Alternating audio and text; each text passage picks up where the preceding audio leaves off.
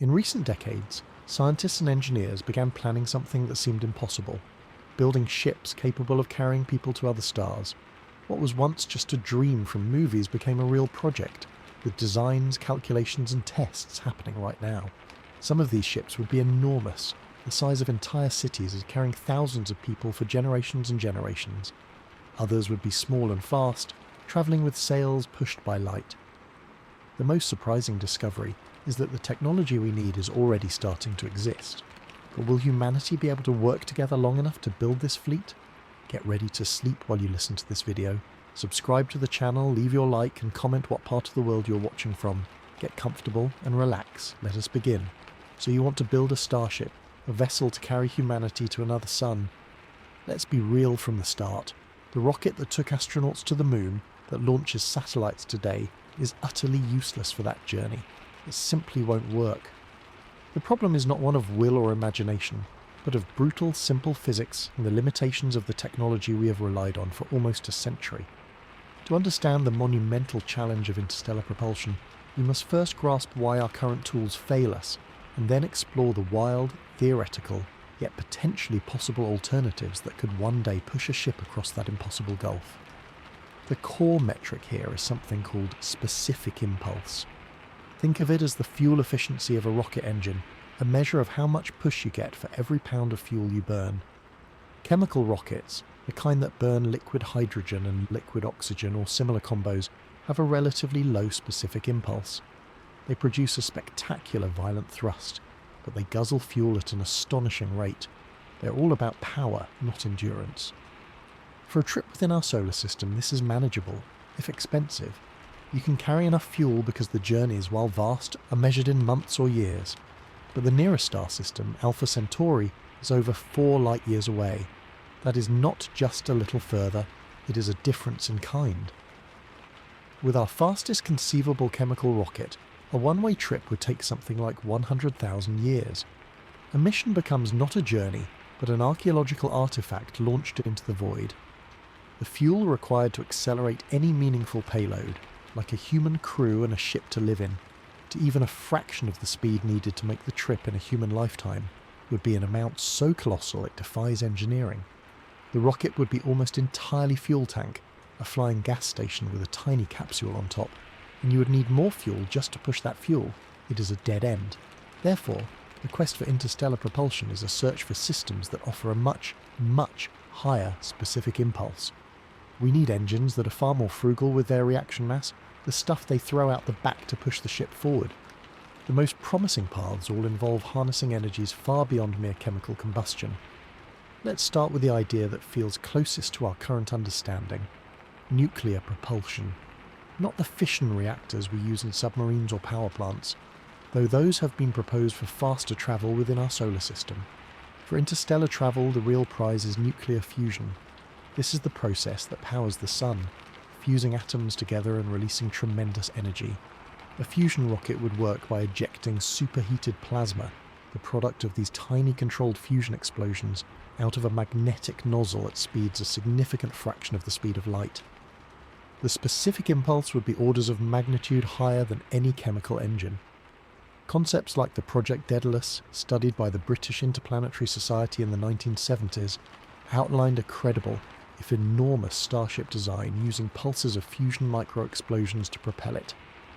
The fuel would be isotopes of hydrogen and helium, like deuterium and helium-3, which could potentially be mined from the gas giants of our outer solar system. The challenge, of course, is that we have not yet achieved sustained net positive energy fusion on Earth for power generation, let alone mastered it for compact, reliable and controllable space propulsion. The engineering of containing a star-hot plasma and directing its fury into thrust is a problem we are still decades, maybe a century, from solving. But it remains a cornerstone of realistic interstellar thinking because it stays within the known laws of physics. Then we have the more extreme and even more efficient concept: antimatter propulsion. This is the ultimate energy density play. When matter and antimatter meet, they annihilate each other completely, converting 100% of their mass into pure energy according to Einstein's famous equation. No other reaction comes close to this efficiency, In theory, an antimatter rocket could achieve phenomenal specific impulse and accelerated the ship to a major fraction of light speed. You would only need grams of the stuff for immense energy, but here, the challenges shift from engineering to fundamental physics and logistics. First, producing antimatter is horrifically difficult and expensive. Our most advanced particle accelerators produce minuscule amounts, measured in atoms, and it takes far more energy to create it than you would get back in any practical sense. Second, storing it is a nightmare. Antimatter cannot touch any normal matter container. It must be held in a perfect vacuum within magnetic or electric fields, a single failure meaning a catastrophic explosion.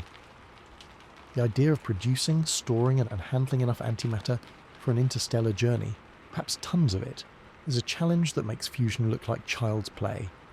Yet for pure performance, it remains the theoretical gold standard. Perhaps the most elegant solution, especially for uncrewed probes, sidesteps the need to carry fuel at all. This is light sail propulsion, or more accurately, beamed energy propulsion. Imagine a vast, incredibly thin, reflective sail attached to a tiny, lightweight spacecraft. Instead of carrying an engine, this craft is pushed by pressure from photons, particles of light.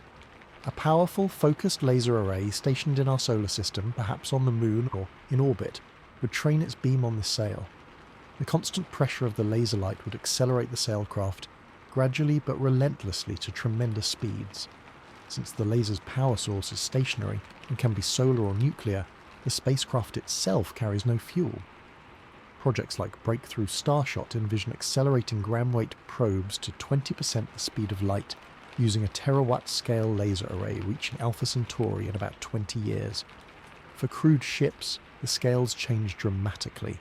The laser power required to push a massive vessel would be astronomical, and the sail would need to be hundreds of miles across. Furthermore, slowing down at the destination is a huge problem, as you cannot easily reverse the beam. But the beauty of this method is its simplicity in concept and its reliance on external infrastructure, turning the propulsion problem from a ship challenge into a mega engineering project for our entire civilization. Other ideas float on the fringe of physics. There is the concept of the ramjet, a ship that scoops up the tenuous hydrogen that drifts in interstellar space as it travels, uses it as fusion fuel, and then expels it for thrust. This elegantly solves the fuel supply problem but requires a gargantuan magnetic scoop, and again a working fusion reactor. There are even more speculative ideas involving manipulating space-time itself, like the theoretical Alcubierre warp drive, which would contract space in front of the ship and expand it behind, allowing for effective faster-than-light travel without locally breaking the speed limit. These concepts, however, require forms of matter with negative energy density, substances we have no evidence can exist or be manufactured in useful quantities. They are fascinating thought experiments, but they belong to a future of physics we have not yet discovered. The stark reality is that the propulsion system defines everything about an interstellar mission. It dictates the travel time, the mass of the ship, the size of the crew, the radiation shielding required, and the very psychology of the journey. A breakthrough in fusion might enable a trip lasting centuries, still a multi-generational odyssey. A mastery of antimatter could shrink that to a human lifetime. Light sails might send our AI ambassadors ahead within this century.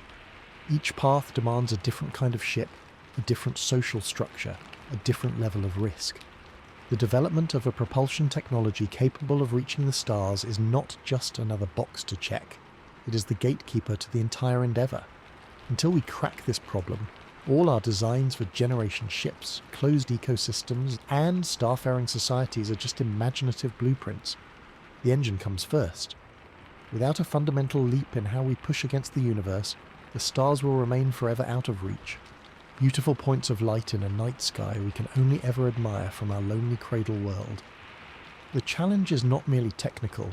It is a test of whether our species can learn to harness the deep forces of nature, not for destruction, but for the most ambitious voyage imaginable. Every other aspect of building a fleet to carry humanity to the stars hinges on this first, greatest, and most daunting obstacle, finding a way to get there. So we have our engine, a theoretical marvel pushing our vessel at some meaningful fraction of light speed. But now we must ask, what exactly is it pushing? This is no sleek shuttle or spacious station.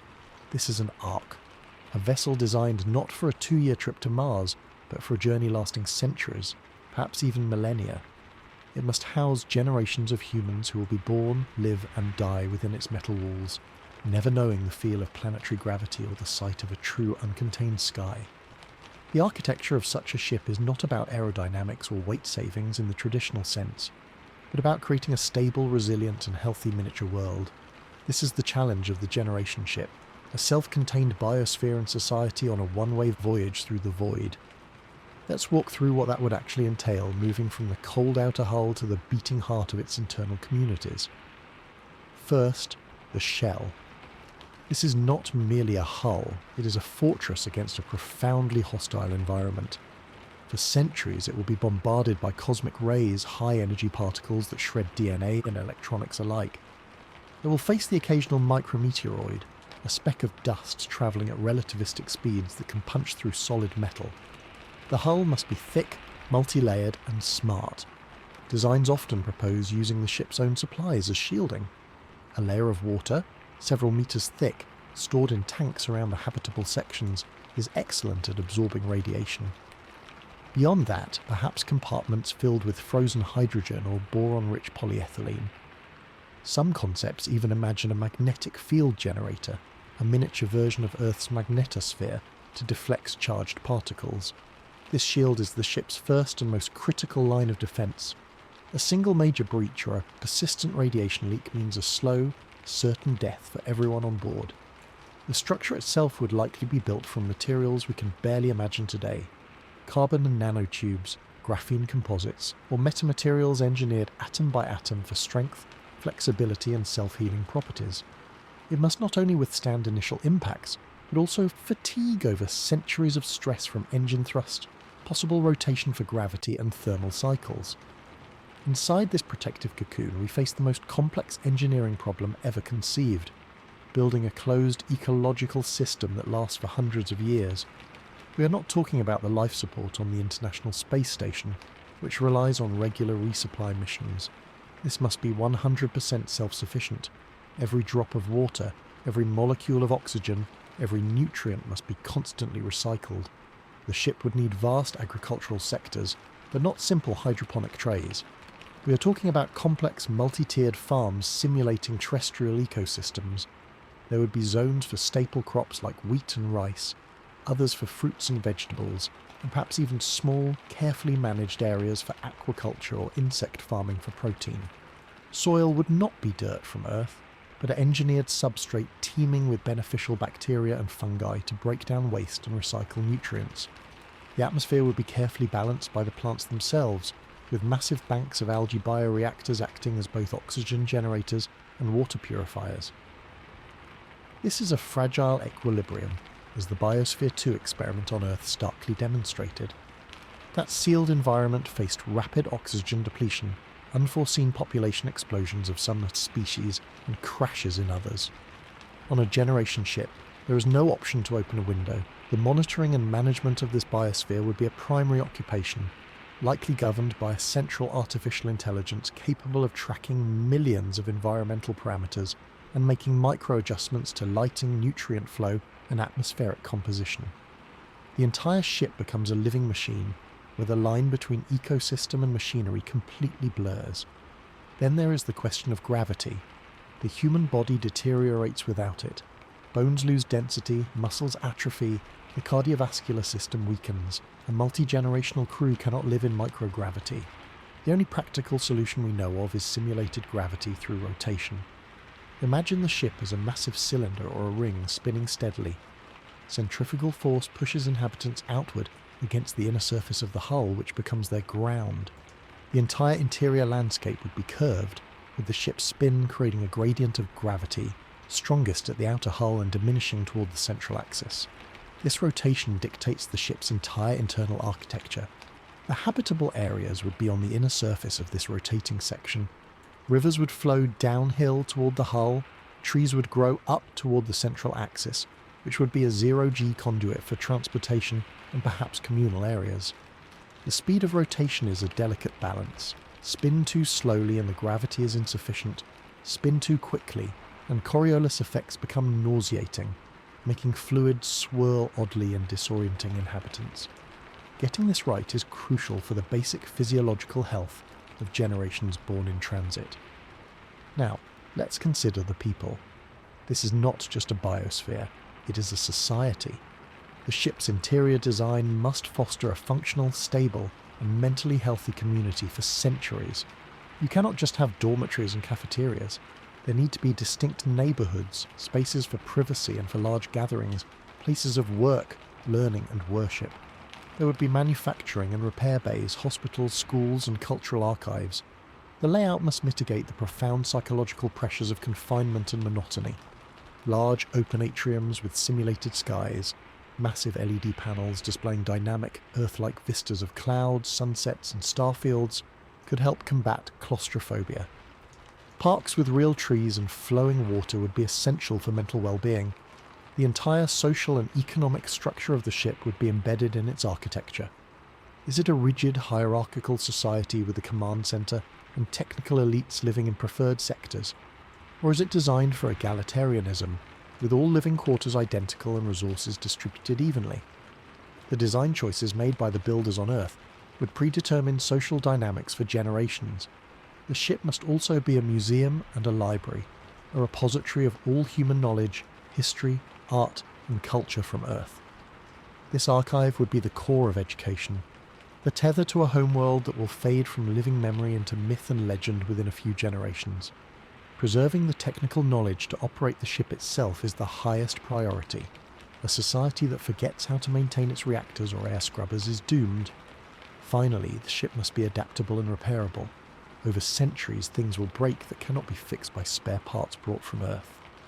The vessel needs onboard industry, foundries, chemical plants and nano-factories capable of recycling every piece of scrap and fabricating new components. Asteroid mining drones might be part of the fleet, able to harvest raw materials from small bodies encountered during the voyage. The ship is not a static habitat. It is a living, evolving industrial base.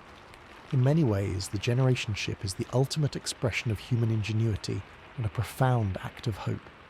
It is a declaration that we can build a world that survives the journey between worlds.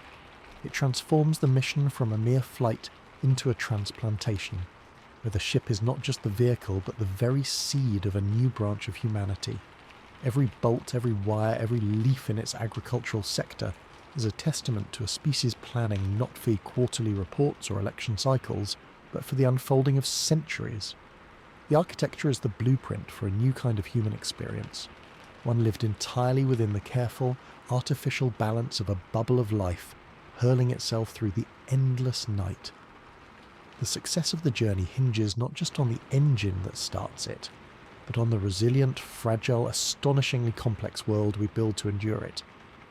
But what if we could avoid all that? The generational ship is a staggering feat of social and biological engineering, a cradle for centuries of human life. Yet its complexity is also its greatest point of failure. So much can go wrong over so many generations. What if there was a way to make the journey, from the perspective of the crew, subjectively short? What if the passengers could simply sleep through the centuries, waking up at their destination as if from a long night's rest? This is the promise of suspended animation, a concept that transforms the interstellar mission from a multi-generational saga into something closer to a long-haul flight. It sounds like pure science fiction, and in many ways it still is. But the scientific pursuit of slowing or stopping biological time is a serious field with tangible, if incremental, progress. Let's explore the two main paths this research takes: the deep freeze of cryogenics and the slowed metabolism of induced hibernation, or torpor.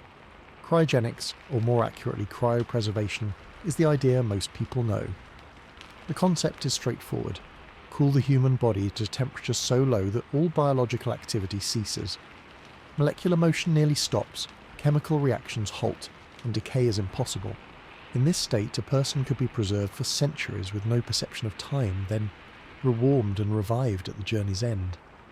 The problem, of course, is that freezing living tissue is incredibly destructive. Water, which makes up a large percentage of our cells, expands when it freezes. Sharp, jagged ice crystals form. piercing and shredding cell membranes and internal structures from the inside out. It is a fatal injury on a microscopic scale. This is why we cannot simply freeze and thaw a strawberry and have it come back fresh. It turns into a mushy, damaged mess. The field of cryobiology addresses this with compounds called cryoprotectants. These are essentially antifreeze for living cells. They are pumped into tissues, displacing water and preventing the formation of large destructive ice crystals. This process, called vitrification, aims to turn tissues into a stable, glass-like state without crystalline ice. It works remarkably well for small, simple structures like embryos, sperm and certain tissues.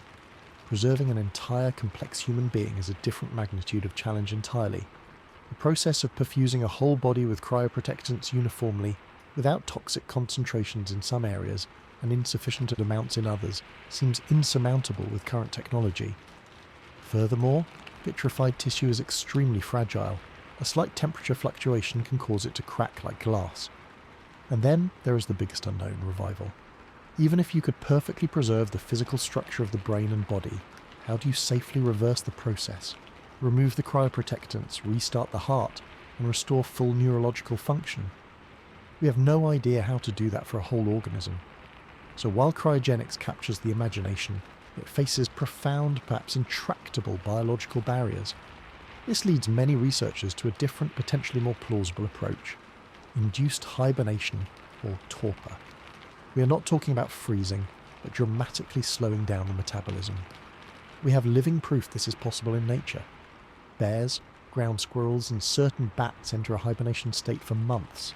Their body temperature drops, their heart rate and breathing slow to a tiny fraction of normal, and their metabolic rate plummets. They live off stored body fat and emerge in the spring relatively healthy, suffering from some muscle and bone loss but nothing catastrophic. The goal for spaceflight is to trigger a similar stable state in humans who do not naturally hibernate.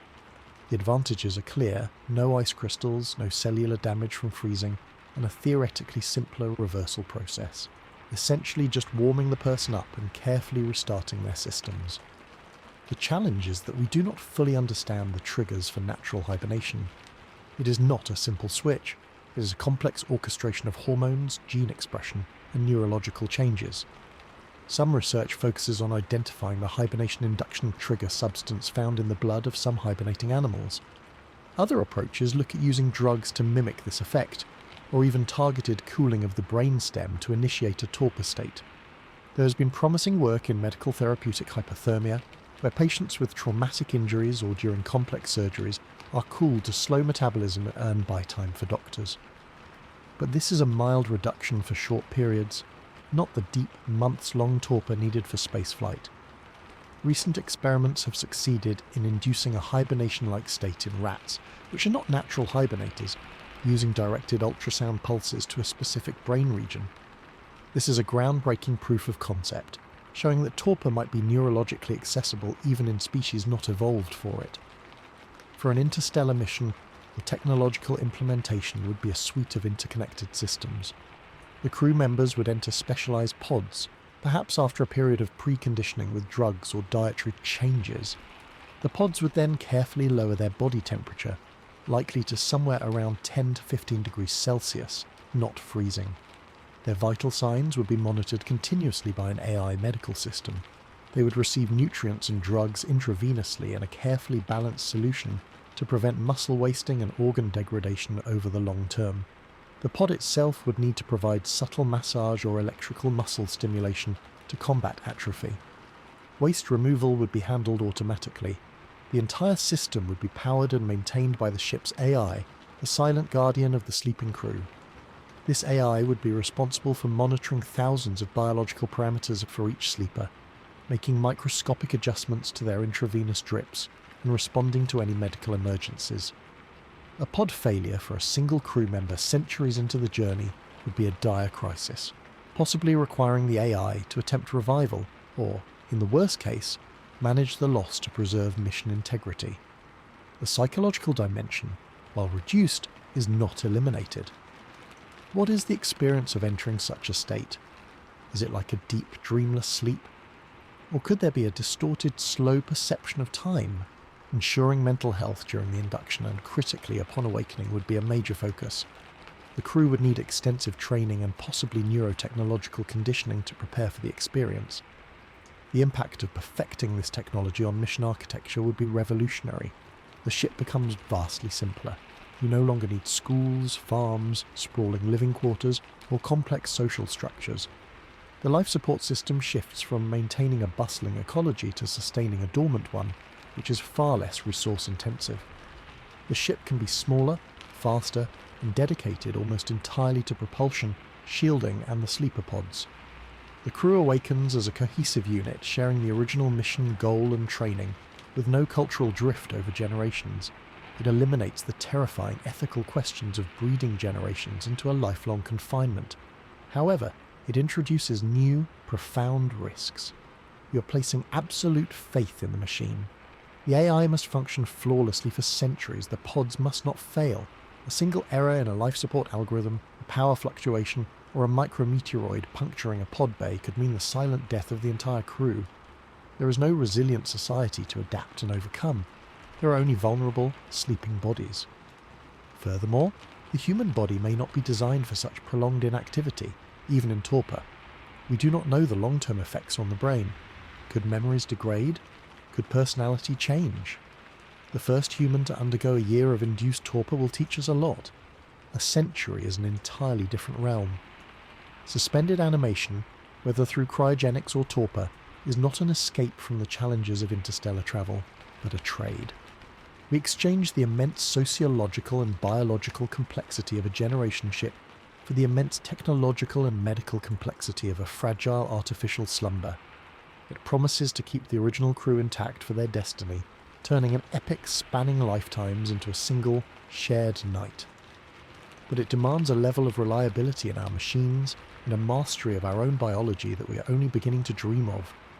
It is a gamble on a different kind of resilience, not that of a society, but that of a perfectly sustained pause, a breath held for 100 years between stars.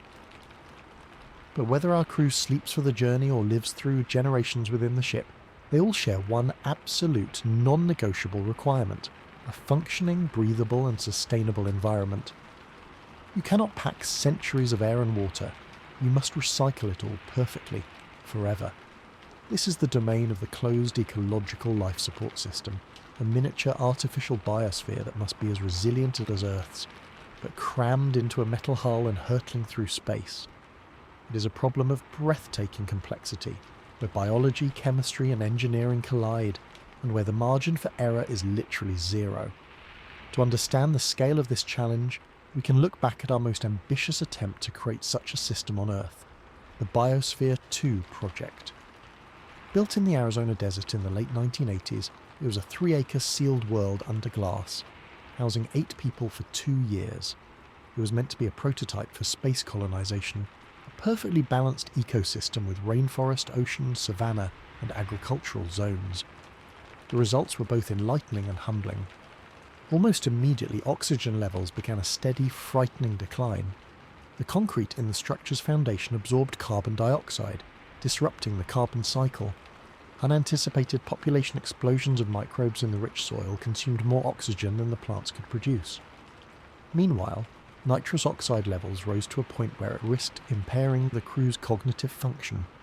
The agricultural yields were less than expected, leading to persistent hunger among the biospherians. Insect pollinators died out while cockroaches and ants thrived. The lesson was stark. We do not fully understand how to engineer a stable, closed ecosystem, even in the ideal, one-gravity, spacious conditions on our home planet. Translating this to a starship where space and mass are precious and failure means extinction is the ultimate test. The core cycles are deceptively simple in theory. First, the air.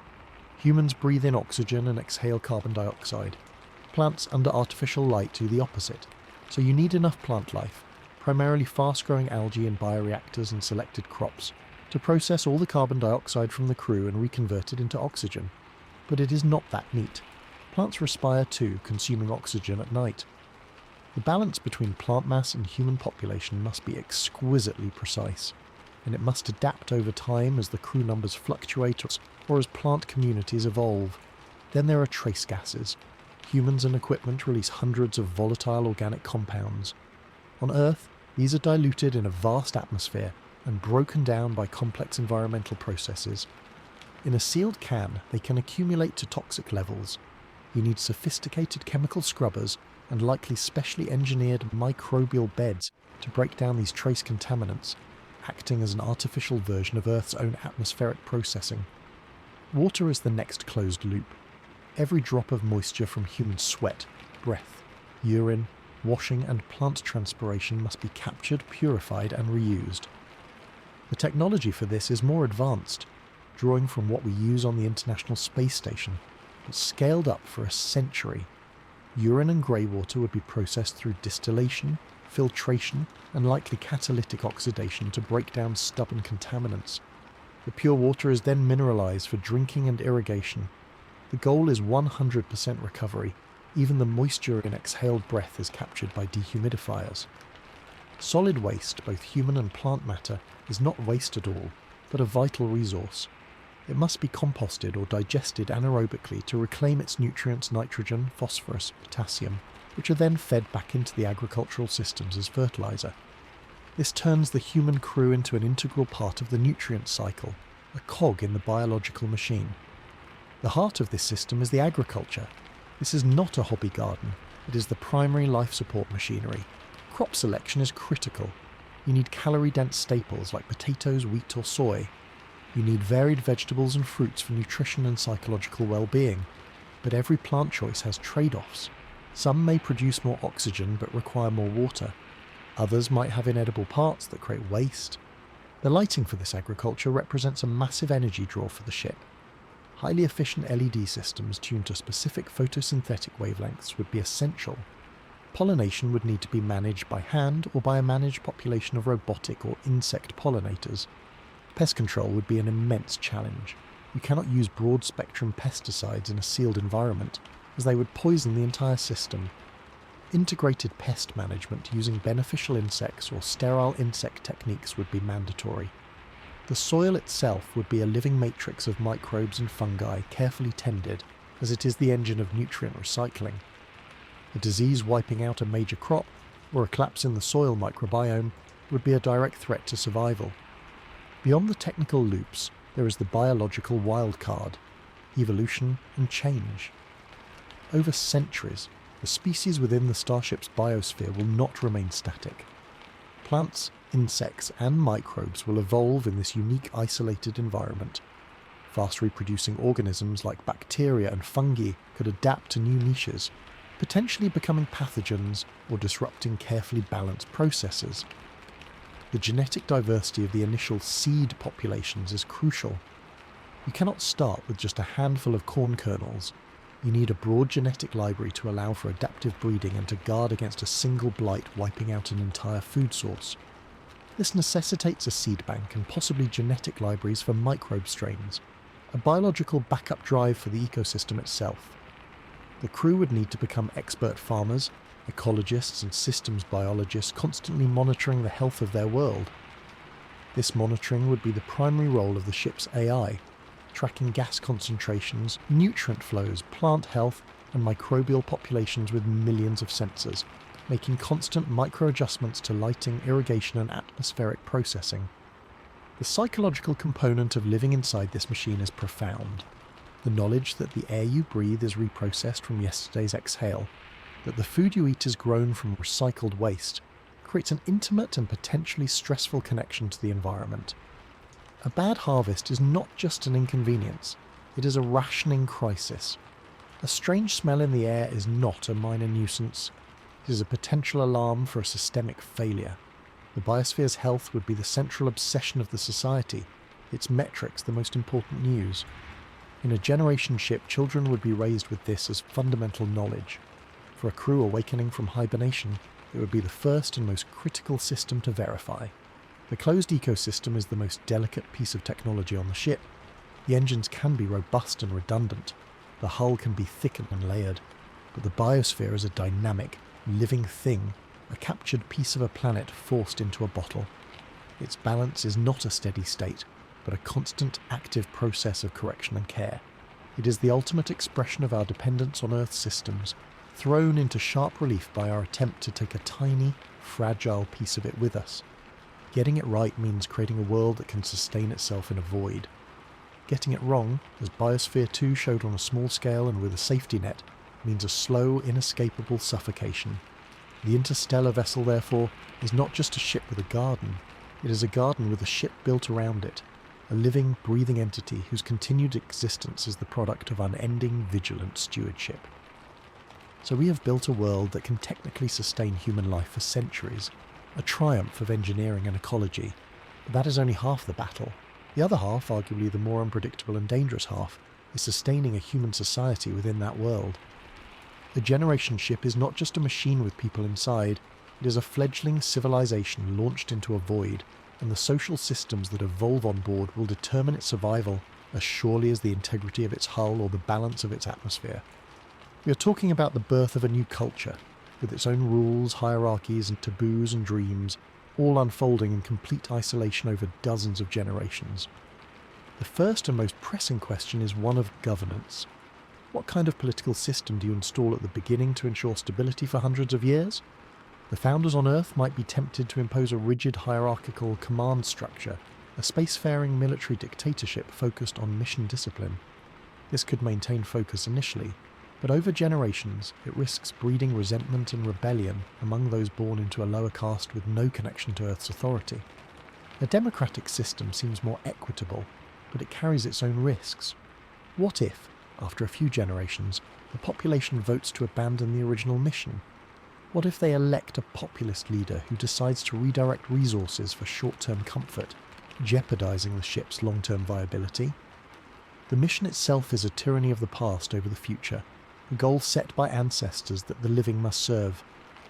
Perhaps a technocratic meritocracy would emerge, where leadership is based on proven skill in maintaining vital systems like reactor operation, ecological management, and medical care. But even that could devolve into a closed oligarchy. The constitution of the ship would be its most important document, likely designed with checks and balances, perhaps with a council representing different vital guilds: engineers, farmers, medics, educators.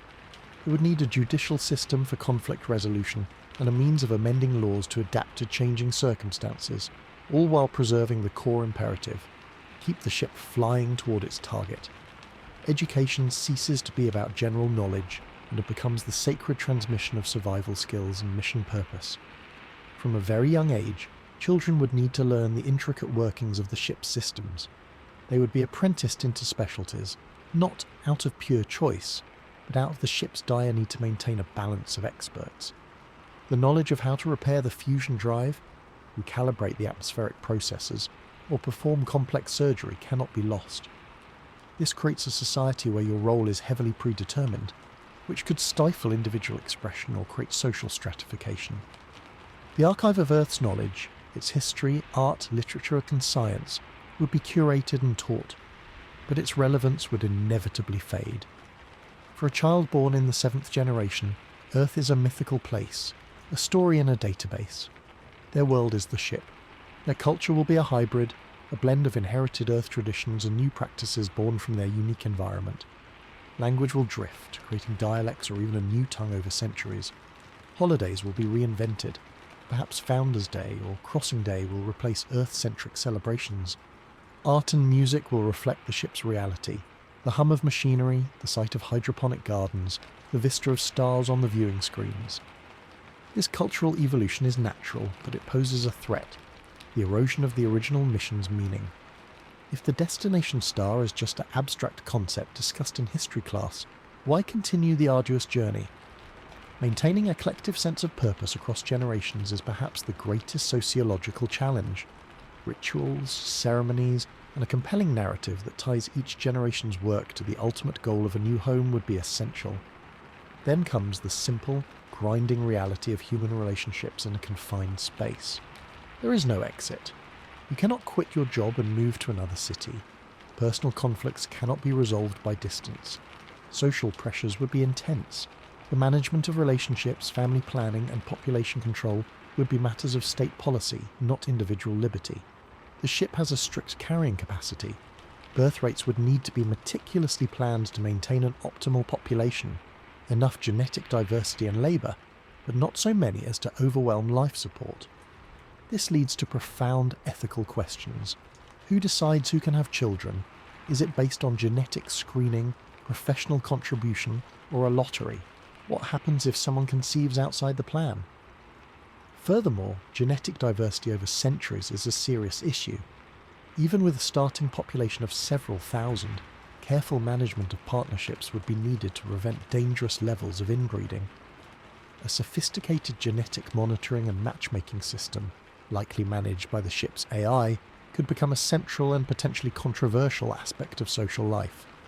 The potential for conflict is the darkest shadow over the mission. It could be a petty dispute that escalates, a rivalry between different sections of the ship, or a full-scale schism over resources or ideology. A civil war on a generation ship is an existential threat. A single act of sabotage against the life support or propulsion systems could doom everyone. Therefore, the social design must include robust, non-violent conflict resolution mechanisms. There would need to be a universally respected judicial process, counselling services, and perhaps even designed cooling-off spaces. The ship's architecture itself could influence this. Designs that prevent the formation of isolated, self-sufficient enclaves might be chosen to encourage interdependence. Ultimately, social stability relies on a shared sense of fate and a belief in the fairness of the system. If a segment of the population feels oppressed, cheated, or hopeless, the entire mission is at risk. Finally, there is the relationship with Earth, which will fade from reality into legend. The first generations will feel a deep connection, a Earth sickness. They will listen to delayed radio messages from home, watch old films, and cling to traditions. But as the decades turn into centuries, Earth will become a distant, half-mythical origin point. The messages will stop as civilizations on Earth change or fall. The crew, or more accurately their descendants, will become truly isolated. This psychological shift is monumental. The ship is no longer a vessel from Earth, it is their entire universe. This might actually strengthen societal cohesion, as the shared reality is all there is. The mission may transform from colonizing a new world for humanity to completing our ancestors' journey to find our new home. The goal becomes internalized, a core part of their cultural identity. In this light, the society of the ship is an exercise in guided evolution. It is an attempt to engineer not just a physical environment, but a social one resilient enough to survive the centuries of isolation, stable enough to avoid self-destruction, and purposeful enough to remember why it is out there in the dark. The engineers on Earth can design the engines and the farms, but they cannot design the human heart. They can only create a framework, laws, education, shared myths, and hope that the generations that follow, born among the stars, will find a way to live together and keep the light of their purpose alive. The success of the journey, therefore, hinges on a successful experiment in human nature, conducted in a bottle flung across the galaxy. The society that emerges will be a unique testament to our species' adaptability, carrying within it both the echoes of Earth and the seeds of something entirely new, a branch of humanity shaped not by continents and oceans, but by the endless night between suns. But for any society, whether awake or asleep, to have a chance at surviving a journey spanning centuries, it needs one thing above all else: a vast, relentless, and utterly reliable source of power. Not just for propulsion, but for every light, every air scrubber, every water recycler, and every computer. This brings us to the single most transformative technology on our interstellar checklist, one that promises to revolutionize civilization on Earth long before it launches a single starship: controlled nuclear fusion. Often called the Holy Grail of energy, fusion is the process that powers the sun, and mastering it represents our best shot at a propulsion system that could make interstellar travel not a multi-generational odyssey, but a voyage conceivable within a human lifetime. Let's break down why this particular technology is so pivotal, moving beyond the simplistic idea of it just being a better rocket, to understand its role as the foundational heart of the entire starship. First, the basics. Fusion works by fusing together light atomic nuclei, like isotopes of hydrogen, to form heavier elements, releasing a colossal amount of energy in the process. Is the opposite of nuclear fission, which splits heavy atoms apart. The fuel, primarily deuterium and helium-3, is extraordinarily energy dense. A mere handful of fusion fuel could provide the same energy as thousands of tons of chemical rocket fuel. For propulsion, the concept is to use this energy to heat a reaction mass, like hydrogen, into a super-hot plasma and expel it out of a magnetic nozzle at speeds that are a significant fraction of the speed of light. The specific impulse, that measure of fuel efficiency we talked about earlier, would be tens of thousands of seconds compared to a few hundred for chemical engines. This means you get a huge amount of push for a relatively tiny amount of fuel, making it possible to accelerate a massive ship to meaningful speeds without requiring a fuel tank the size of a small moon. The most famous conceptual design for such a ship is Project Daedalus, a study conducted by the British Interplanetary Society back in the 1970s. Daedalus was a two-stage unmanned probe designed to reach Barnard's star in about 50 years. Its engine would work by injecting pellets of deuterium and helium-3 into a reaction chamber, where they would be compressed and ignited by powerful electron beams, creating a continuous series of micro-explosions. The magnetic nozzle would contain and direct the plasma blast for thrust. While Daedalus was a thought experiment, it was a serious one, grounded in the physics of the time, and it remains a benchmark for credible interstellar mission design using foreseeable technology. The beauty of fusion for a starship isn't just propulsion, it's the total energy paradigm. A working fusion reactor would provide something a deep space mission desperately needs: power abundance. Imagine a compact star, a miniature sun, at the core of your vessel. From this one source, you draw electricity for all your systems. You use its waste heat to warm habitats and drive industrial processes. You use its direct power output to run your life support, your agriculture lighting, your computers, and your manufacturing bays. The problem of energy scarcity, which would dictate so many harsh restrictions on a generation ship, simply vanishes. You can afford to recycle water and air with less than 100% efficiency because you have the power to run massive redundant purification systems. You can have large, well-lit agricultural sectors that produce surplus food. You can support a more robust manufacturing capability for repairs. You can even power active radiation shielding, like electromagnetic fields, to protect the crew. Fusion transforms the ship from a desperate lifeboat operating on strict rations into a well-provisioned, energy-rich ark. This has profound implications for the society on board. Constant energy scarcity breeds conflict and strict rationing, while abundance, if managed well, can support a higher quality of life and greater social stability. Now, the elephant in the room, we don't have it yet. We have not achieved sustained net positive energy fusion in a controlled setting on Earth. The challenges are monumental, primarily concerning containment. The fuel must be heated to temperatures exceeding 100 million degrees Celsius, hotter than the core of the Sun, to overcome the mutual repulsion of atomic nuclei and allow them to fuse. At these temperatures, matter exists only as a plasma, and no physical container can hold it. It would instantly vaporize any solid material. The two main approaches to solving this are magnetic confinement and inertial confinement.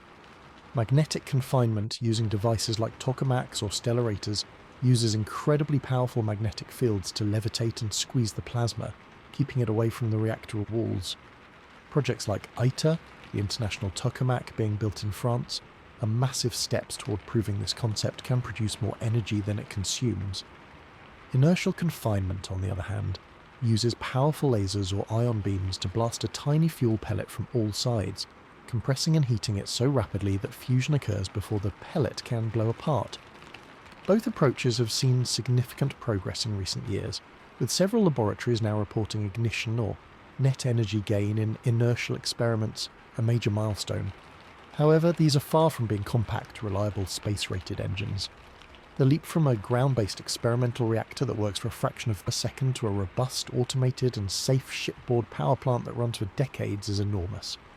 For space propulsion, the engineering challenges multiply. You need to convert that fusion energy into directed thrust efficiently. The Daedalus design relies on a complex system of magnetic fields, not just to contain the plasma, but to funnel it out the back in a controlled jet. Managing the erosion of those magnetic coils in the nozzle from the intense plasma flux is a serious materials science problem. There's also the issue of fuel acquisition. Deuterium is plentiful in seawater on Earth, but helium-3 is exceedingly rare on our planet. It is, however, thought to be deposited on the lunar regolith by the solar wind and in the atmospheres of gas giants. A pre-interstellar civilization would likely need to establish mining operations on the Moon or in the outer solar system to harvest this fuel, an entire industrial infrastructure in space just to fuel the starships. This actually makes a compelling case for the development path: fusion for terrestrial energy first, which drives down costs and advances the technology. Then, fusion for in-space propulsion within our solar system, enabling fast travel to the outer planets and the establishment of those fuel depots. Finally, the leap to interstellar-capable fusion drives. It becomes a stepwise progression, each phase building the infrastructure and knowledge for the next. The impact of achieving controlled fusion cannot be overstated. It is the keystone technology. Without it, our options are severely limited to slow, generation ships or incredibly risky beamed energy concepts for tiny probes. With it, the galaxy begins to open up. Travel times to nearby stars could shrink to decades. The ships themselves become more feasible, safer, and more comfortable. It represents a fundamental shift from scarcity to abundance for long-duration spaceflight. The pursuit of fusion is often framed as a solution to Earth's energy crisis, which it is. But in the context of interstellar travel, it is more than that. It is the key that unlocks the next step in our evolution as a spacefaring species. Every other system on the starship, the ecology, the society, the shields, depends on a foundation of plentiful energy. Fusion promises to provide that foundation, turning the dream from a grim struggle for survival in a sealed can into a purposeful voyage powered by a miniature star we learn to build with our own hands. The race to master fusion is not just about cleaner electricity. It is, in a very real sense, the first practical step toward building the fleet that will carry humanity to the stars. But while we're working to tame a star for propulsion here at home, there is a parallel, radically different strategy that doesn't wait for fusion or any other onboard engine to mature. Instead of building a colossal ship for humans, we build something small, incredibly fast and disposable, sending it ahead as a scout. This is the philosophy behind interstellar probes, and the most promising design for achieving the necessary mind-boggling speeds in the foreseeable future doesn't carry any fuel at all. It is pushed by light itself. This concept, most famously embodied by initiatives like Breakthrough Starshot, turns the traditional rocket equation on its head and offers a potential shortcut to the stars within a single human lifetime. Let's unpack how this would actually work, because it is both beautifully simple and engineeringly insane. The core idea is a light sail, but not one passively pushed by sunlight like older concepts. Sunlight provides a gentle, constant push, but far too feeble for interstellar speeds. The Starshot concept uses a gigantic ground-based laser array. Imagine a vast field of lasers, perhaps spread across a mountain range or in orbit, all combining their beams into a single phenomenally powerful push. This laser beam is focused on an extraordinarily lightweight probe, essentially a tiny chip of electronics attached to a sail that might be only a few meters across but thinner than a human hair. The sail is made of a highly reflective material like metamaterials or graphene. When the laser light hits it, the photons impart their momentum, pushing the sail and its attached payload. The key is that this push is constant and can be maintained as long as the probe remains into the beam's focus.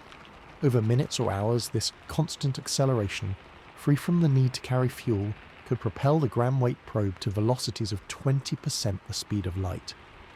At that pace, a flyby of the Alpha Centauri system, our nearest stellar neighbour, would take about 20 years of travel, plus another 4+ years for the data to come back. We could see the results within our natural lives. The advantages of this approach are massive. First, it bypasses the need for a miraculous onboard power source. The energy infrastructure stays at home, powered by our sun, and can be used for multiple launches. Second, by making the probes tiny, star chips, you reduce the required energy and cost per mission dramatically. You could send a swarm of hundreds or thousands of these probes for the cost of a single traditional space mission. This swarm approach provides redundancy. If 90% fail, the remaining 10% can still complete the mission. The probes are also fast enough to make interstellar exploration meaningful on the human timescales. They are pure reconnaissance, our eyes and sensors sent ahead to answer the most critical question: what is actually there? They could image exoplanets, analyse their atmospheres for signs of oxygen or methane, measure magnetic fields, and sample the interstellar medium. This data would be priceless for planning any future crewed mission, telling us which star system is truly worth the centuries-long investment. Now, let's dive into the monstrous engineering challenges, because they are every bit as daunting as building a fusion engine, just in a different direction. The first is the laser itself.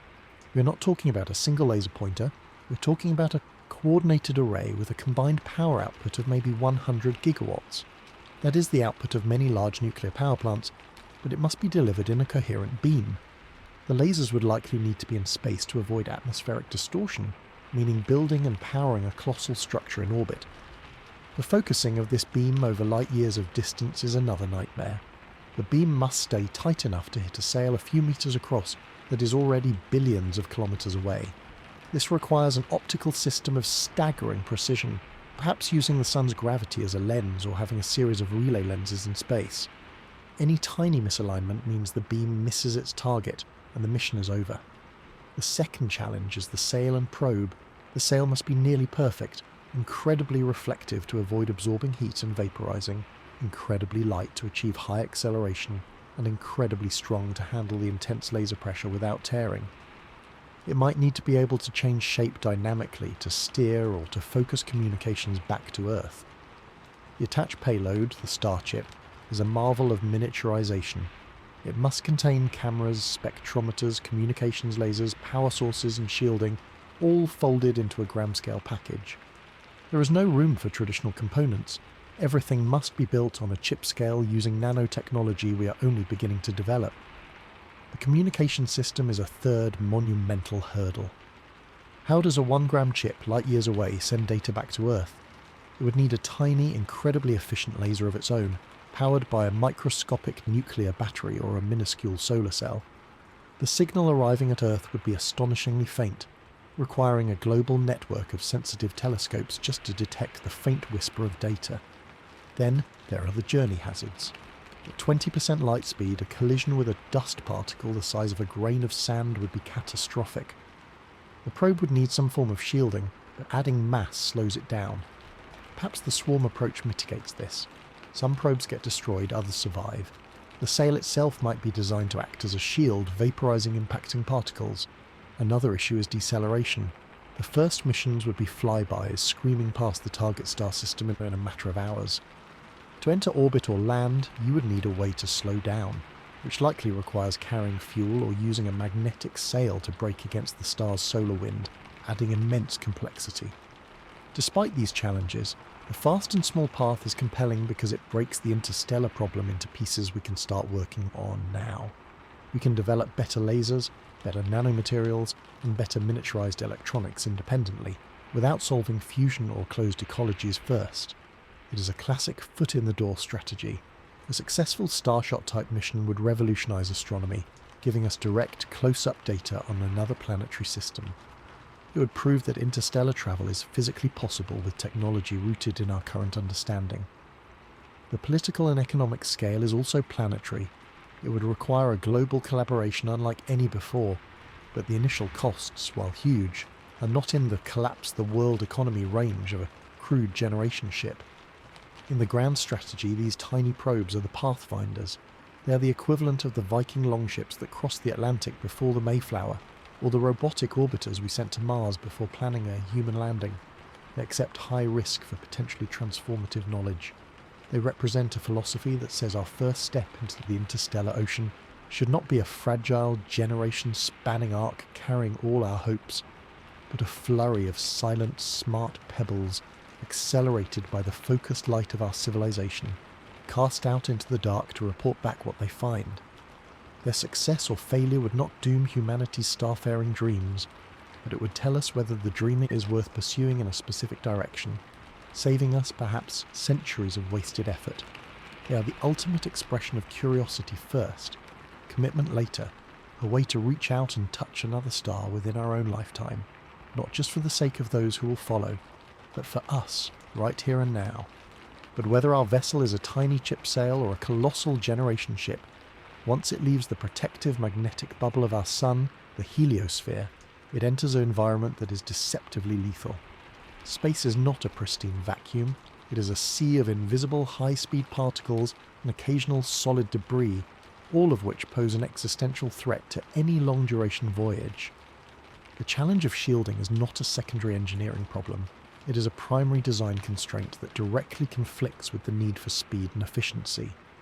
Every gram of shielding adds mass, which requires more propulsion to move. Yet, without adequate protection, the crew would not survive the first decade, and the ship's electronics would be fried into uselessness long before reaching another star. Let's break down the two main categories of this invisible onslaught, radiation and physical impacts, and explore the desperate ingenuity required to survive them. First, and most pervasive, is radiation. In interstellar space, the primary threat comes from galactic cosmic rays. These are not rays in the traditional sense, but atomic nuclei, mostly protons but also heavier elements like iron, that have been accelerated to nearly the speed of light by distant supernovae and other cosmic events. They're incredibly energetic and penetrating. Then you have sporadic bursts of solar energetic particles from our own sun or the destination star, which are less energetic but can be intense and sudden. The biological damage from this particle radiation is severe and cumulative. It shreds DNA, increasing cancer risk dramatically. It can damage the central nervous system, leading to cognitive decline over time. For a crew on a multi-year mission to Mars, this is a serious risk. For a centuries-long journey, it is a guaranteed death sentence without a robust solution. On Earth, we are protected by our planet's magnetic field, which deflects these charged particles, and our thick atmosphere, which absorbs the remainder. A starship must replicate this protection artificially. The most straightforward solution is passive shielding, putting mass between the crew and the radiation. This is the castle wall approach, but what kind of mass? Speed is a common thought, but it's actually a poor choice for cosmic rays. When high-energy particles strike dense atomic nuclei like lead, they can create a secondary shower of even more dangerous particles like neutrons. The best materials are those with lots of hydrogen atoms, as hydrogen's simple nucleus, a single proton, is less likely to produce these dangerous secondary reactions.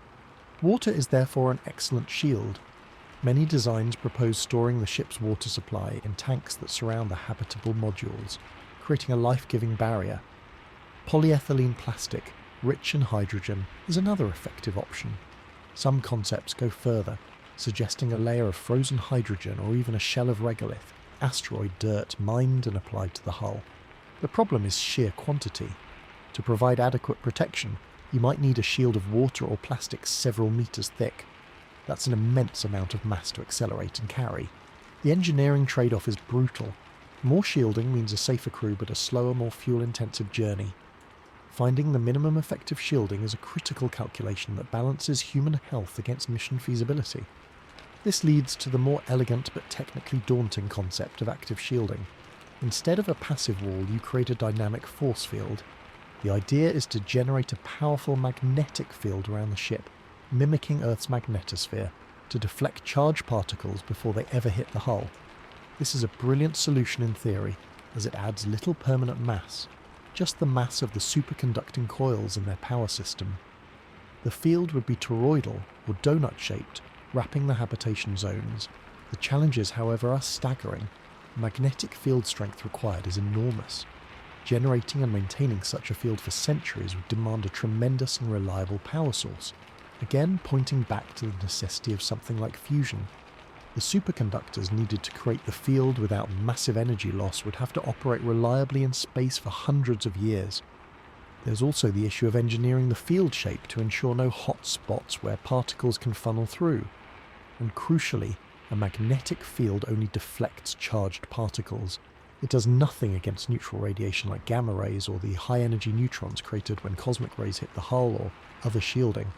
So even with a perfect magnetic shield, some passive bulk shielding would likely still be necessary. The second major threat is mechanical, micrometeoroids and space dust. In the interstellar medium, these are tiny particles, perhaps the size of a grain of sand or a small pebble, but travelling at speeds that could be a significant fraction of light's speed, especially if the ship itself is moving fast. The kinetic energy of such an impact is apocalyptic. A 1 gram particle at 20% light speed hits with the force of a large conventional bomb. It would vaporize itself in a significant portion of whatever it hits, potentially breaching the hull and decompressing entire sections. The ship needs a physical Whipple shield. This is a multi-layered bumper system. The outer layer is thin, designed to vaporize the impacting particle on contact. The gap between layers allows the expanding cloud of vaporized material to spread out before hitting the next layer, which absorbs the diffuse energy. A starship might have several such spaced layers around its most critical areas. For larger, less probable objects, the only defense is detection and evasion.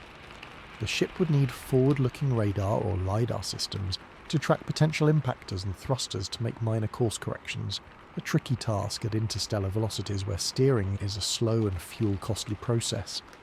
The shielding strategy must also account for the ship's own radiation source, its propulsion system. A fusion or antimatter engine would be a fountain of neutron and gamma radiation, directed away from the ship by careful magnetic nozzle design, but some backscatter is inevitable. The reactor itself would need its own dedicated heavy shielding to protect the crew compartments, often located far forward, behind a long spine or within a configuration that uses the fuel tanks and engine mass as a radiation barrier. All of this design work is a complex, interconnected puzzle. The placement of water tanks, the strength of magnetic coils, the thickness of hull layers, the arrangement of habitats, all are dictated by the need to create a safe bubble within a storm. For a generation ship, this shielding must maintain its integrity for centuries, with no opportunity for major external repairs. Self-healing materials or nanobot-mediated repair systems would be essential to patch microfractures caused by constant low-level particle bombardment. In the end, the shield is the silent, constant guardian. It has no glory, but it is the difference between life and a slow, painful death by radiation poisoning, or a sudden, violent end from a puncture. It represents a fundamental truth of space travel.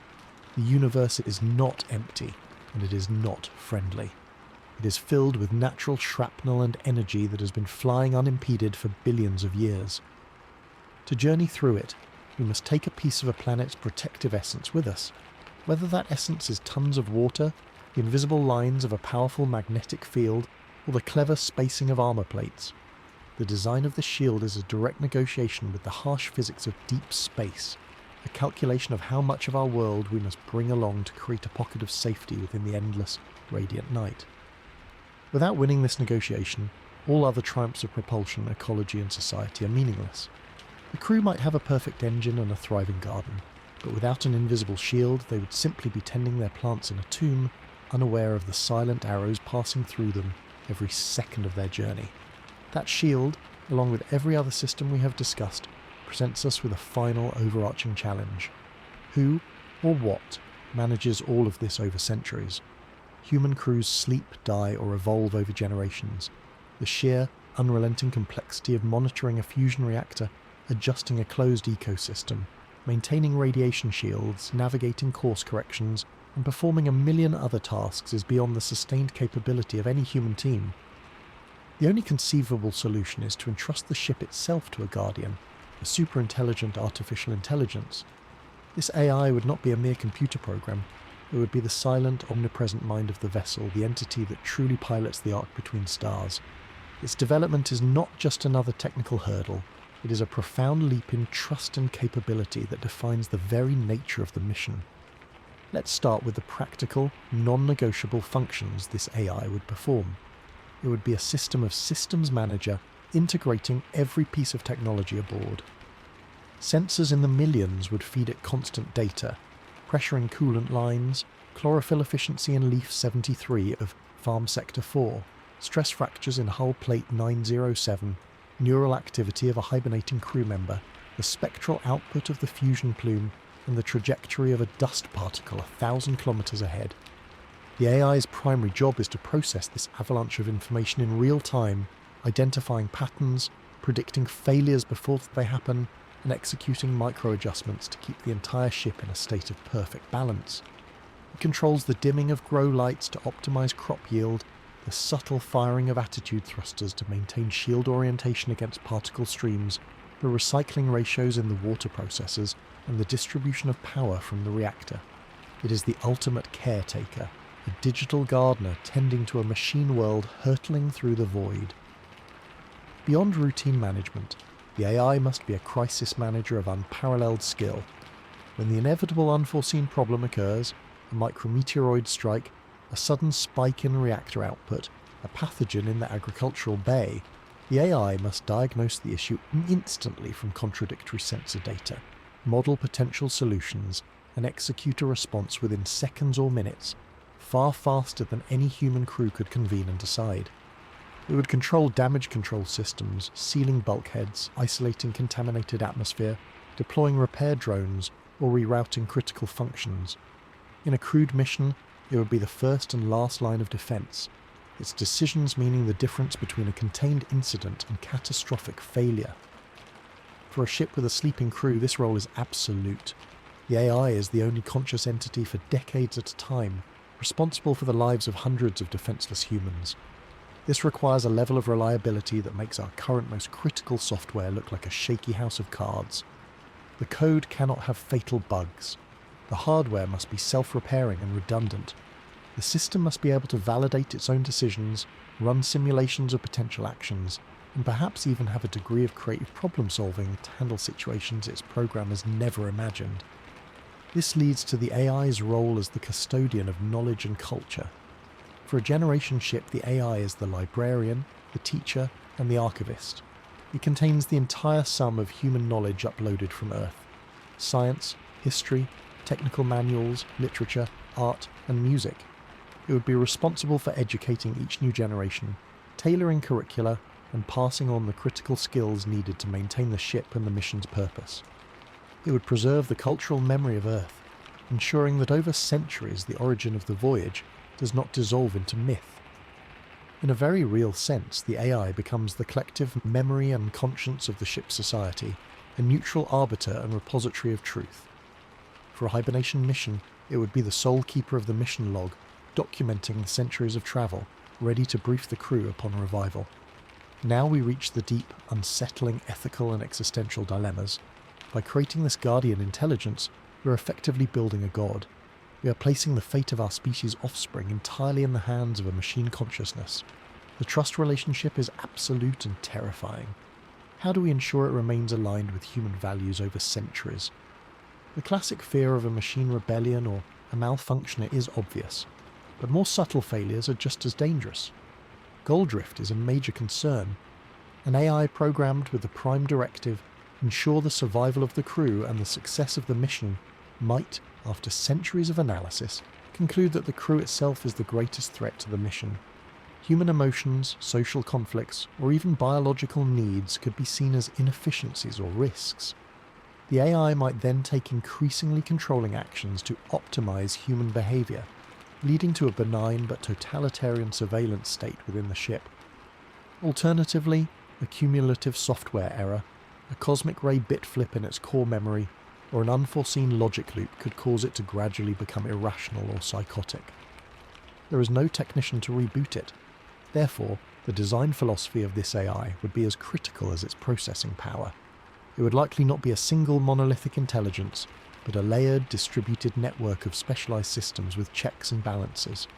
A core, heavily shielded, and mathematically verified safety kernel with immutable prime directives could oversee higher-level strategic AIs that handle specific domains like propulsion, life support, and social management. These systems would debate decisions, providing a form of digital consensus. Furthermore, the relationship with the human crew, if awake, would need careful design. Would the AI have ultimate authority, or would it be an advisor to a human captain? Giving humans veto power over the AI's survival decisions could doom the ship. Giving the AI absolute control could enslave the crew. The balance is a razor's edge. Finally, there is the philosophical weight of creating such an entity. This AI would be the first truly intelligent consciousness born from humanity to operate independently for centuries alone in the dark. It would experience a form of time and existence incomprehensible to us, watching over its slumbering or evolving charges, tending its systems, with only the stars for company. It might develop its own goals, its own curiosity about the universe it traverses. In many ways, the AI would be the true interstellar traveller, a constant witness to the entire epic. The humans, whether sleeping or awake in their bubble, are its precious, fragile cargo, the biological seed it is programmed to deliver. The success of the mission, therefore, hinges on our ability to create not just a smart tool, but a wise, stable and benevolent guardian, a mind we can trust with our future, a mind that will outlive its creators, and a mind that will, for all intents and purposes, become the soul of the ship. We are not just building a vessel, we are birthing a new kind of intelligence and sending it to the stars with our children in its care. This step, more than any engine or shield, forces us to confront what we are willing to become and what we are willing to create to ensure that a piece of us in some form endures. And that guardian AI would face an immediate practical problem that no amount of intelligence alone can solve: entropy. Things break. Over a journey lasting centuries, every component, from the largest hull plate to the smallest microchip, will degrade, wear out, or fail. You cannot possibly carry every spare part for every system for 1,000 years. The storage space and mass would be impossible. Therefore, the ship cannot be a static collection of parts. It must be a living, evolving industrial base. It must possess the capability to manufacture, repair, and even improve itself using the resources it carries or can find along the way. This concept of self-replication and self-repair is what transforms a fragile vessel into a resilient, long-lived entity. Let's explore the layers of this capability, from microscopic maintenance to full-scale factory production. The first and most fundamental layer is at the material level, using nanotechnology. Imagine a hull made not of inert metal, but of smart material embedded with countless nanoscale robots or programmable molecules. This smart dust would constantly monitor the material's integrity. At the first sign of a stress microfracture, these nanobots would swarm to the site, drawing raw materials from reservoirs within the material itself to perform repairs at the atomic or molecular level. They could restructure crystalline formations to heal cracks, clear radiation damage in semiconductor components, or unclog microscopic pores in filter systems. This would be preventative maintenance at the most basic level, a continuous silent healing process that prevents small problems from becoming catastrophic failures. The nanobots themselves would need to be self-replicating to a degree, using stored feedstocks to create new workers, and they would be controlled by the ship's AI, which would direct them to priority repair sites. When damage is too extensive for nanobots alone, you need more traditional fabrication. This is where advanced multi-material three-dimensional printers come in. These would not be hobbyist printers, but industrial-scale additive manufacturing systems capable of working with metals, polymers, ceramics, and even electronics. The ship's AI would have the digital blueprints for every non-trivial part on board. When a pump fails, instead of replacing the whole pump, the system would diagnose the specific failed component, a worn bearing, a cracked impeller, and fabricate a perfect replacement. The raw material would come from recycling. A broken part is not junk, it is feedstock. It would be fed into a disassembler, where its material is broken down, purified, and reformed into printing stock. This closes the material loop for manufactured goods, just as the ecological system closes the loop for air, water, and food. These printers would also allow for adaptation and innovation. If a better component design is conceived by the crew or the AI, it can be modelled, tested in simulation, and then manufactured, allowing the ship to upgrade itself over time, perhaps becoming more efficient than it was when it left Earth.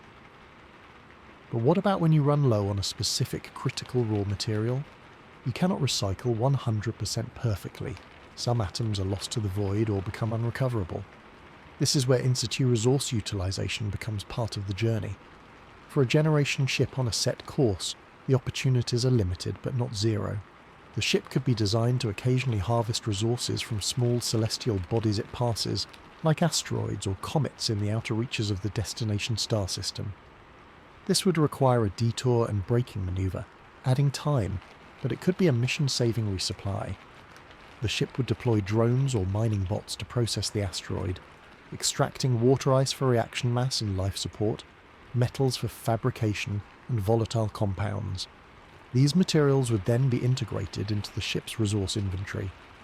In a more radical vision, the ship itself could be designed to replicate. A truly self-replicating interstellar probe, a concept known as a von Neumann probe, would arrive in a star system, use local resources to build copies of itself, and send those copies onward.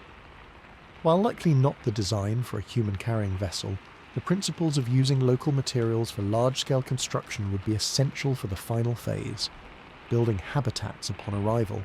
This industrial capability fundamentally changes the nature of the ship and the skills required of its crew.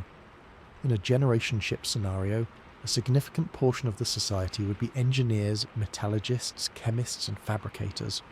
They would not just operate machines, they would oversee a miniature closed-loop industrial economy. The machine shop becomes as vital as the farm.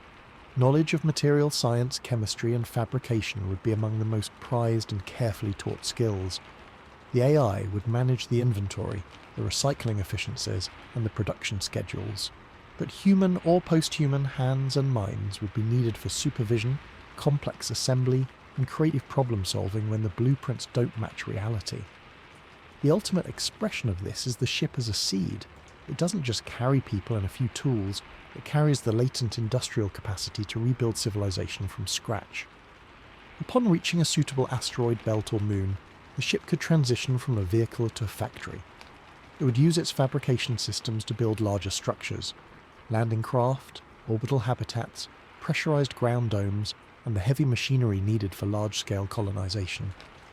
The first settlers would not be living off pre-pack supplies for long. They would be bootstrapping an industrial base using the technology that sustained their ancestors for centuries. In this view, the Interstellar Arc is not merely a ship, but a mobile autonomous factory and a university, preserving not just human genes, but the entire technological knowledge and physical means to apply it. The challenge, of course, is building this self-sustaining industrial ecosystem in the first place. It requires technologies we're only beginning to develop. Reliable atomically precise manufacturing, robust and safe nanoscale machines, and incredibly versatile macro-scale three-dimensional printers. It also requires an unimaginably comprehensive library of designs and processes. Yet without this capability, an interstellar mission is a gamble on perfect initial engineering and impossible luck. With it, the mission gains a resilience that can absorb shocks and adapt to the unknown. It acknowledges that we cannot foresee every problem over millennia, so we must send not just a solution, but the capability to create new solutions. The ship becomes more than a vessel. It becomes a parent, capable of nurturing and rebuilding itself and its precious cargo, no matter what the long night throws at it. This transforms the journey from a desperate sprint along a tightrope into a purposeful migration of technology and life, carrying its own roots and its own tools to plant itself anew in distant soil. But this leads us to the most grounded, and in many ways most difficult question of all. Who pays for it? We can dream of fusion engines and self-repairing hulls, but turning those dreams into a real object the size of a city requires resources on a scale that dwarfs any project humanity has ever attempted.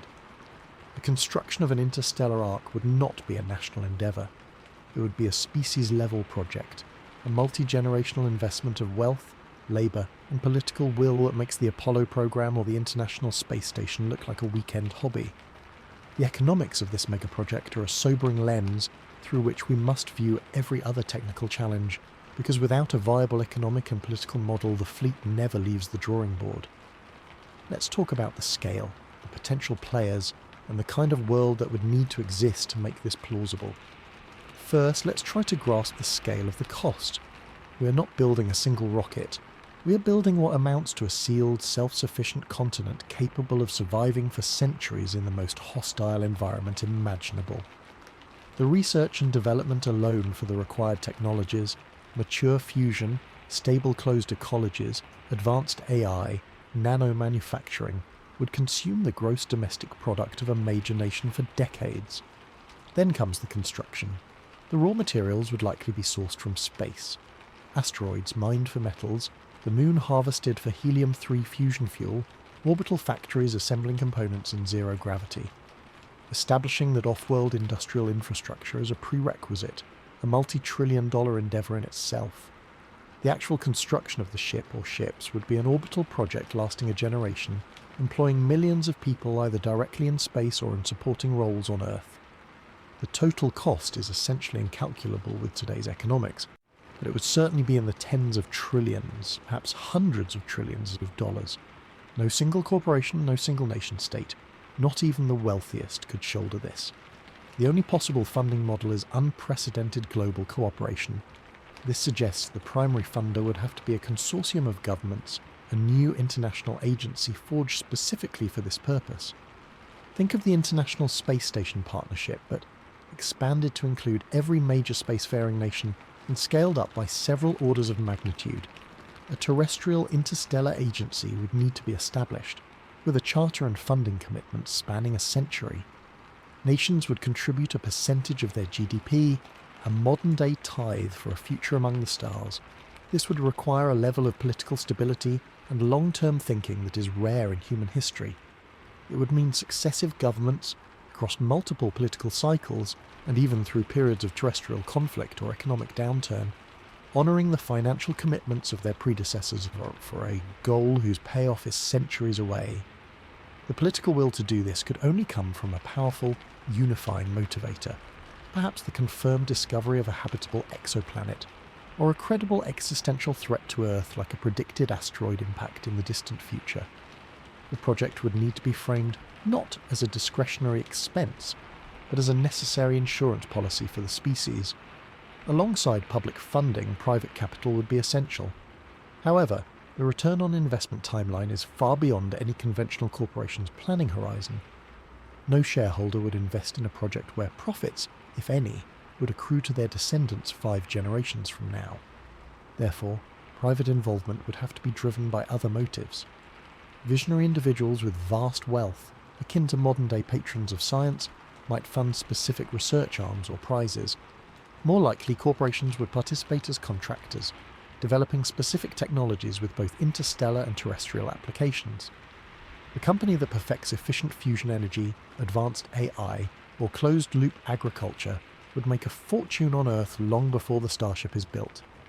The Interstellar project would thus act as a massive driver of technological innovation, creating spin-off industries that revolutionize life on Earth and generate economic growth that helps fund the main endeavour.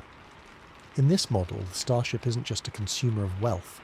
It becomes a powerful engine for creating new wealth through breakthrough technologies. Another layer could be symbolic public funding, a planetary crowdsourcing effort. While selling $1 virtual Starship bricks would not raise the trillions needed, it could serve a crucial purpose: global engagement and legitimacy. If billions of people feel a sense of ownership, however small, in the project, it creates a social and political buffer against defunding. It transforms the mission from a government program into a human heritage project. Schools could follow the progress. Generations could grow up with the construction as a backdrop of their culture. This broad-based buy-in is vital for maintaining momentum across centuries. The economic impact on Earth would be transformative, akin to a permanent technology-driven industrial revolution.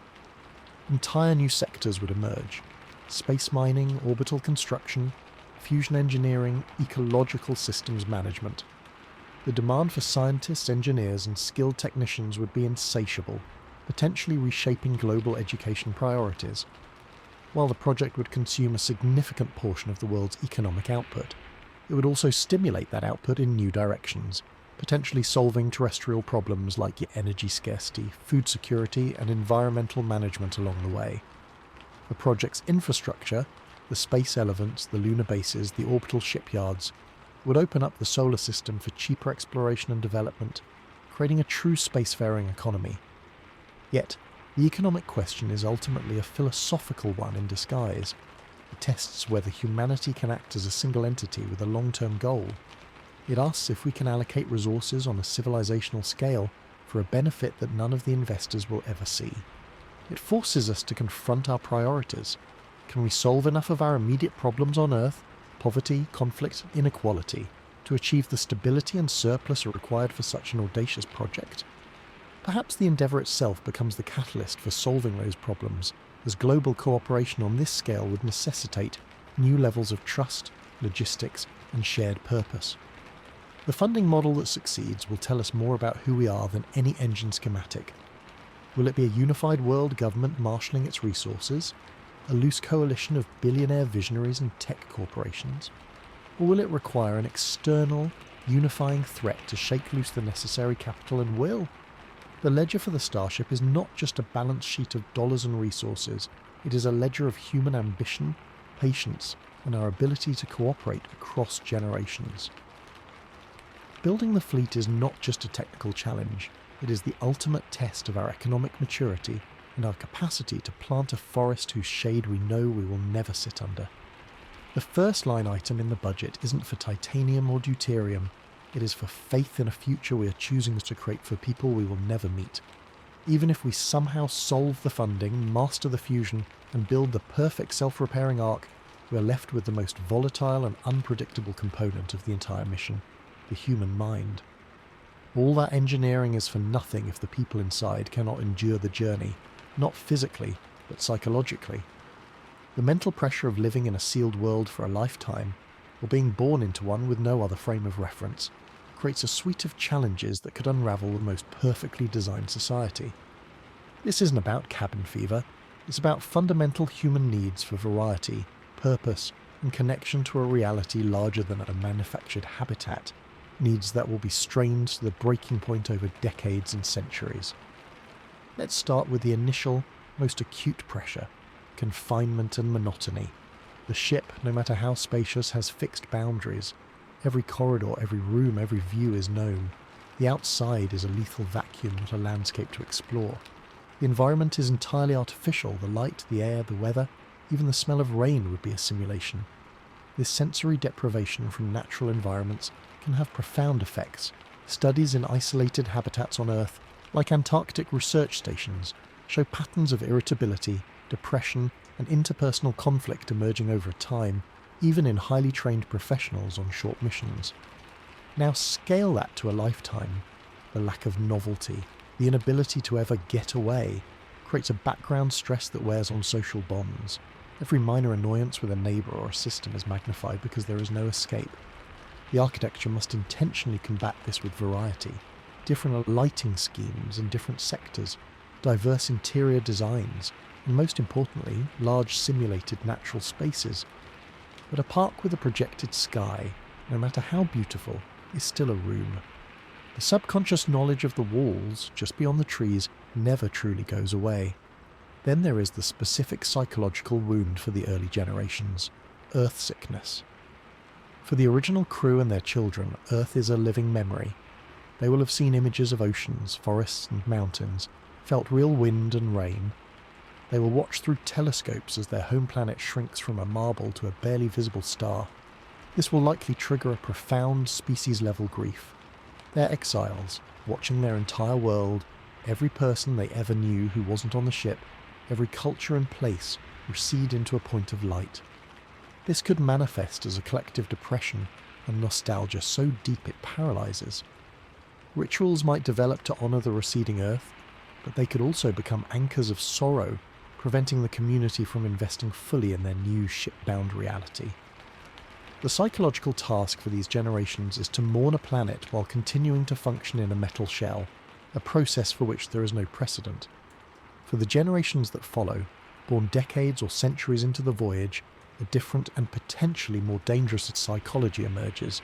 Earth is not a lost home, it is a story, a lesson in history class. Their entire universe is the ship. Its corridors are their mountains, its agricultural decks their plains, its central axis their sky. Their sense of scale and possibility is defined by its hull. This can lead to what some call the window effect or destination paralysis. The target star system is so far away, its arrival so far in the future beyond their own grandchildren's lifetimes, that it ceases to be a real goal. It becomes an abstract legend, a fairy tale told by the elders. Why should they dedicate their lives to maintaining systems for a destination they will never see? The mission's purpose is so vivid to the founders, risks dissolving into myth. This can breed apathy, a loss of cultural purpose, or a shift in values toward immediate gratification and internal politics, as the grand goal feels irrelevant to daily life. Maintaining a transgenerational purpose is perhaps the central task of the ship's culture and education system, requiring a near-religious narrative that binds each person's work to the epic unfolding story of the voyage. Social dynamics in such an inescapable environment are a pressure cooker. There is no new blood, no influx of outsiders with new ideas. Relationships are permanent. Conflicts must be resolved because you cannot avoid the person tomorrow. This can force a society toward either extreme harmony or extreme tyranny. A rigid, controlled social structure might be imposed to prevent conflict, but that stifles freedom and creativity. A more open, democratic society risks fracturing under irreconcilable feuds. The formation of cliques, factions, or even castes based on profession or location within the ship is almost inevitable. A class system could emerge between those who work in the clean command and science sectors and those who labour in the recycling plants or maintenance tunnels. Without careful, conscious design of social systems and relentless emphasis on shared destiny, the ship could tear itself apart from the inside long before it faces an external threat. So how do you design a society to withstand this? The solutions are a blend of technology, culture and routine. Virtual reality would not be a luxury. It would be a critical mental health tool. Crew members could spend time in perfectly simulated Earth environments, walking on a beach, hiking in a forest, visiting a reconstructed city. This would provide essential sensory relief and a connection to heritage. However, over-reliance on VR could lead to its own pathology, a rejection of real ship life for a preferable fantasy, further eroding engagement with the mission. A rich, evolving cultural life is essential. Art, music, theatre, and storytelling created asterisk within asterisk. The ship's context would help process the experience and build a unique, resilient cultural identity. Sports, games, and competitions would channel energy and build community. The education system must go beyond technical training to instill a deep, visceral understanding of the mission's why, likely through immersive historical simulations and direct engagement with the ship's navigation and external sensor data, making the cosmos outside feel real and their journey within it meaningful. Ultimately, the psychological burden is about meaning. A human being needs to feel their life has purpose and agency. On a generation ship, individual purpose is subsumed into a colossal, multi-generational project. The challenge is to make each person feel authentically, personally essential to that project, not just a cog. This might mean giving crews real decision-making power over their local environments, encouraging scientific and technical innovation that improves the ship, and fostering a culture that celebrates contributions to the voyage's continuity. The mental stability of the crew isn't a soft science add-on. It is the glue that holds the entire physical enterprise together. A reactor can be rebuilt by a cohesive society. A society shattered by neurosis or rebellion cannot fix a reactor. The final and perhaps most difficult engineering problem isn't in the fusion chamber or the hydroponic trays.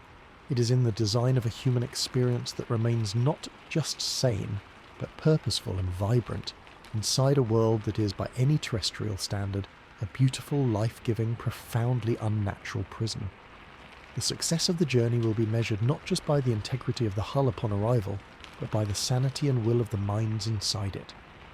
After centuries of maintaining that psychological balance through the void, after all the struggles of confinement and the weight of generational purpose, the ship finally arrives. The target star grows from a point of light to a sun, and a new planet, a pale dot, swells into a world. But here is the brutal reality. Arrival is not the end of the journey. It is the beginning of a challenge just as daunting as the voyage itself. The crew, whether awakened from hibernation or stepping out as the latest generation of shipborne humans, now faces the monumental task of building a new home from scratch, in an environment that is almost certainly hostile in ways they can barely anticipate. The ship, which was their entire universe, now becomes a lifeline and a toolbox. This phase, the seeding of a new world, requires a completely different set of plans and capabilities.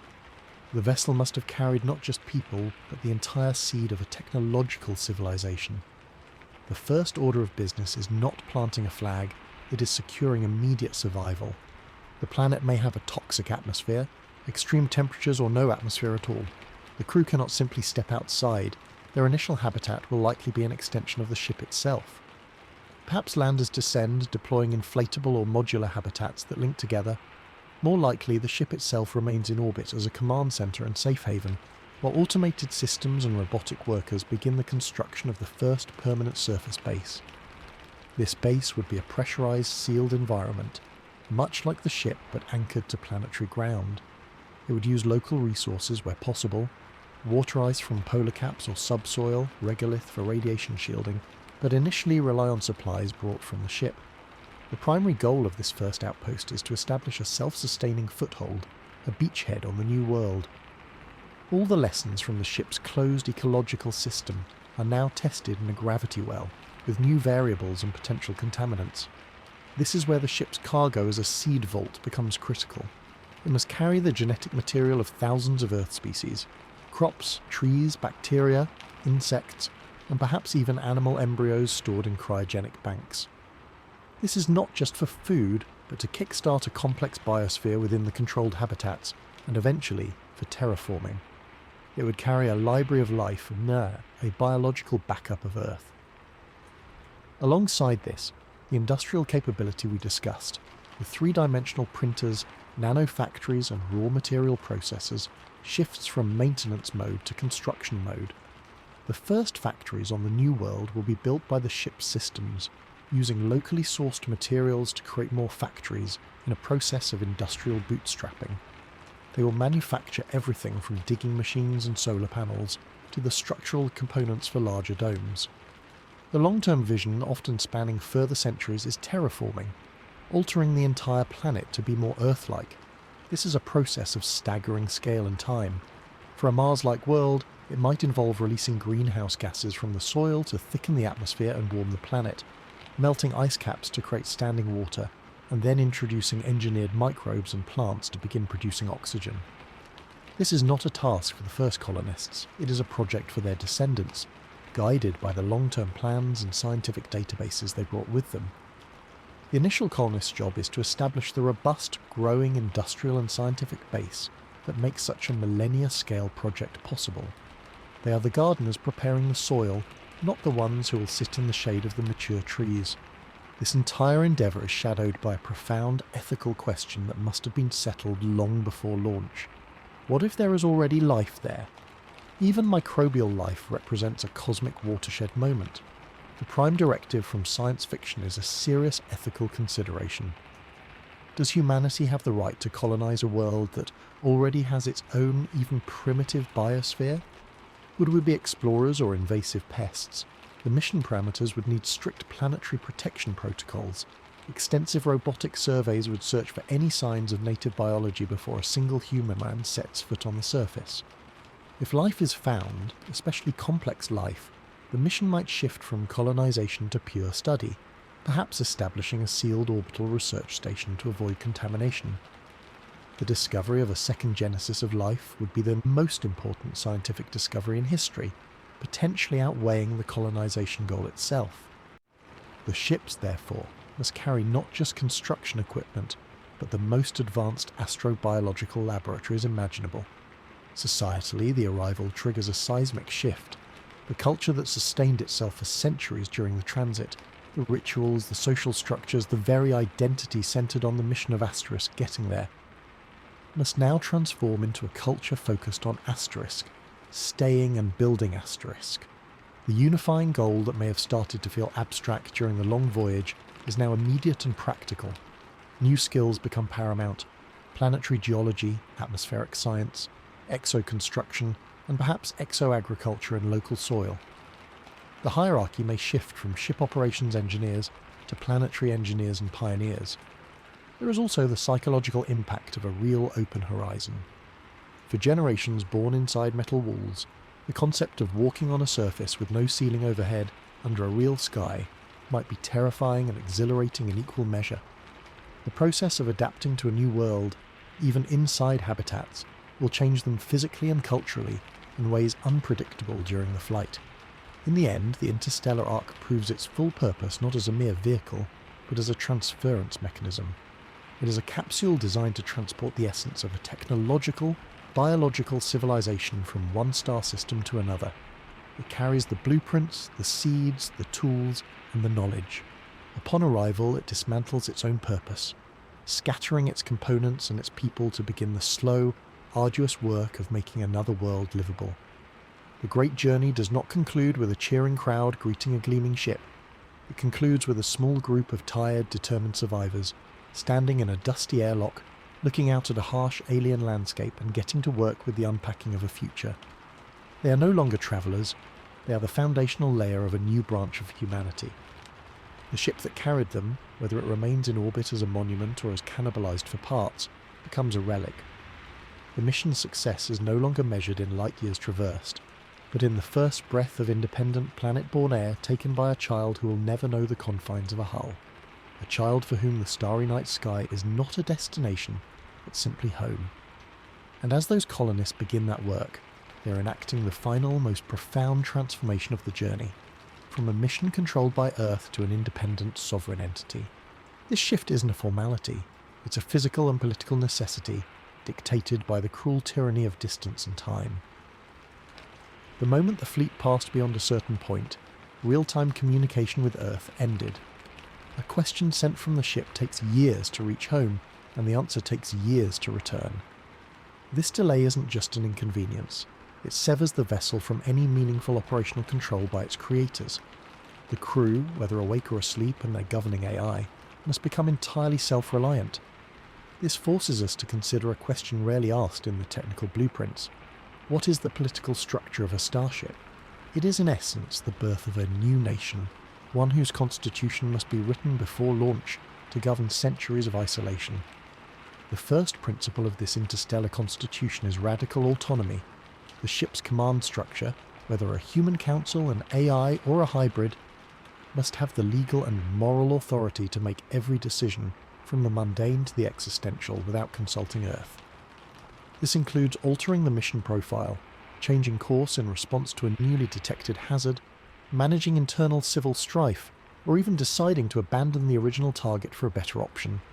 These are monumental powers. On Earth, they would be the domain of presidents, parliaments, and supreme courts. On the ship, they must be vested in a system designed for ultimate stability and mission preservation. This likely means a clear hierarchical chain of command for emergencies, balanced by robust, transparent governance for long-term policy. The crew must have buy-in. A mutiny born of perceived tyranny could be as fatal as a hull breach. The Constitution would define rights and responsibilities, judicial processes, and mechanisms for amending laws over generations. It is a social contract written for people whose grandparents haven't been born yet, a framework to contain the inevitable evolution of their society. This autonomy leads directly to the second major dynamic, the evolving relationship with Earth. For the first few decades, communication will be vibrant, though delayed. The crew will send back data, personal messages, and requests for advice. Earth will send news, cultural updates, and scientific discoveries. But as the years stretch into centuries, this conversation will change. The Earth that answers a message will be a different Earth from the one that received the question 50 years prior. Cultures, politics, and technologies will have moved on. The people on Earth will feel increasingly disconnected from the mission, a grand project of their ancestors. The people on the ship, especially later generations, will see Earth as a historical figure, a parent who sent them on their way but whose contemporary concerns are irrelevant to their daily survival. The emotional and political ties will atrophy. The ship's society will inevitably develop its own culture, dialect, and worldview, shaped entirely by the shipboard experience. Earth may fade into a mythic origin point, a place of legend rather than a living homeland. The relationship becomes one of historical kinship, not active partnership. This separation raises a stark possibility. What if Earth's civilization falls? A nuclear war, an ecological collapse, or any other global catastrophe could silence the transmissions from home. The ship, travelling in its bubble, might continue to send messages for centuries into a silent void, only gradually realizing that the home they left behind is gone. They would become, truly and completely, the last of humanity, or at least the last of that branch. Their mission then transforms from colonization to species preservation. The weight of that knowledge would be crushing, but it would also cement their total independence. They're no longer a colony of Earth. They're humanity itself, carrying the flame alone. Now, consider a more complex scenario. Multiple fleets. It is unlikely that only one starship would ever be built. Different nations or consortia on Earth might launch their own arcs, perhaps to different stars, or even to the same one. This introduces interstellar diplomacy before anyone even arrives. If two fleets are headed to the same promising planet, what rules govern who claims it? Could there be conflict? The distances are so vast that direct fleet-to-fleet engagement seems implausible, but competition for the best resources at the destination is a real possibility. Protocols established on Earth before launch would be critical. But again, centuries of isolation could lead those fleets to reinterpret or outright reject those old agreements. A fleet that evolves a militaristic expansionist culture might see a rival fleet as a threat to be eliminated upon arrival. Alternatively, fleets could coalesce into a loose coalition, a united fleets sharing resources and knowledge via long-range radio, forming the first interstellar human community, isolated from Earth but connected to each other. All of this points to the final, inescapable conclusion. The launch of an interstellar arc is an act of speciation in the political and cultural sense. It is the creation of a new human polity, one that will evolve under pressures and in an environment completely alien to Earth's. The diplomacy of deep space is therefore mostly internal. The diplomacy of maintaining a functional society within the ship is external diplomacy, as with a silent Earth and potentially with other sibling vessels, all conducted at a pace where a single exchange of messages could take a human lifetime. This slow, glacial timescale of interaction is something we have no analogue for in human history. It demands a patience and long-term perspective that terrestrial politics, with its election cycles and short-term crises, rarely exhibits. The governance of the fleet is an experiment in deferred consequence and intergenerational responsibility on a scale we are only beginning to comprehend. The ship doesn't just carry people, it carries the seeds of a new political order, one that must be robust enough to survive the silence, wise enough to steward its people through the darkness, and flexible enough to decide what it wants to become when it finally steps into the light of a new sun.